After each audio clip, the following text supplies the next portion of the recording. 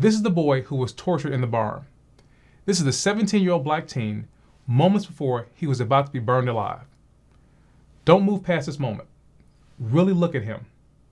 Take it in. Think about what he was going through in this moment. He was alone. He was afraid. And he was moments away from dying a horrific death. They took wooden planks and soaked them in kerosene. Then they poured kerosene all over LQ. He was tied to the stake, wrapped in chains. His feet, his wrists, his neck, all locked in place. The mob made sure there was enough kerosene-soaked wood around him. The time had come to finish this.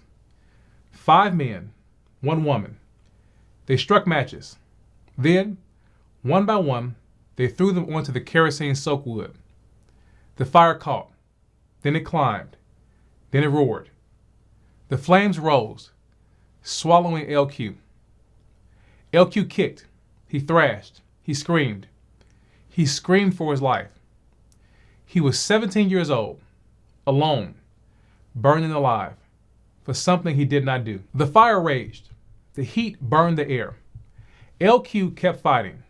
Somehow, he freed his legs, but his arms and his neck still chained. His 17-year-old voice cried out through the flames, but no one cared. In fact, they relished every single second. From the crowd, a voice rang out. He should have thought about this before. Then another that said, it's time to finish this. They piled more wood around LQ. The fire then completely consumed his body. And as it did, LQ screamed to God again and again. But his final words, his last breath on earth, were, I didn't do it.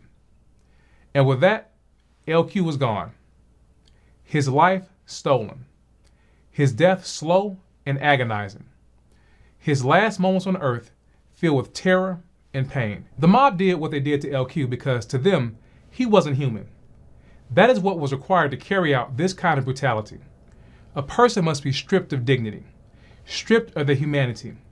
Only then can you truly engage in something like this. LQ wasn't human to them anymore. And when you add in the race to the equation, it made this act of brutality even easier to carry out. Now I want to hear from you. Had you ever heard of LQ Ivy before today, and how did it make you feel learning about him?